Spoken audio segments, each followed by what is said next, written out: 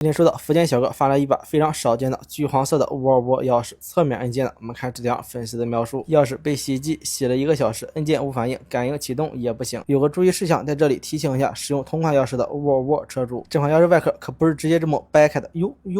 我们看遥控器外壳的内部结构，直接用超声波封住的。我们观察遥控主板这个地方有明显的进水腐蚀痕迹，而且这个角上还有明显的一个翘痕，应该是之前打开外壳后取遥控主板没有取出来造成的。我们取出主板，观察主板背面，再观察主板正面，主要腐蚀点在这2个地方。进水钥匙维修的第一步，先用专业清洗液对主板进行一个深度清理，把主板正反面的腐蚀电子全部清理干净，接着再吹干主板上的清洗液。接着我们再进行第2步，把遥控主板固定好，用腕表对遥控主板背面腐蚀严重地方进行测量，看是否有配件损坏了。经我们反复测量，确定主板背面有3个配件损坏了，主要损坏的配件还是这颗正方形的电源芯片，它还兼容了遥控器的信号输出。我们取了3个损坏的配件之后，先找一个好的电源芯片更换上，接着再把另外2个损坏的配件也更换上。等待主板降温后，我们再把主板转个圈，接着我们用腕表对主板正面腐蚀严重的地方进行测量，可以确定这个腐蚀严重的运动感应芯片没有损坏，是它旁边的一颗小电容损坏了。我们取下来更换一个好的配件，等待主板降温后，给遥控供电，测一下遥控器，按一下遥控按键，观察电力表，带电流 0.01， 不跑电，按遥控按键，触发电流也正常。再花点时间把主板上的微油弹力物清理干净，外壳我们也进行深度清理，接着把主板安装到外壳里面，我们再用专用密封胶沿外壳边缘涂抹均匀，接着找出遥控上盖扣上，用力压紧。遥控电池我们也给粉丝更换一个新的2032电池，防水胶圈我们一定要安装到位，接着把电池后盖扣上，旋转一下。我们安装橘黄色的上下外壳的时候，冲好位置往前一推就可以了。最后我们再用设备检测遍遥控器，按压按键，频率检测正常，4个键都有信号发射。要芯片我们也识别一下，看能否正常识别到，可以看到没有问题，芯片识别正常。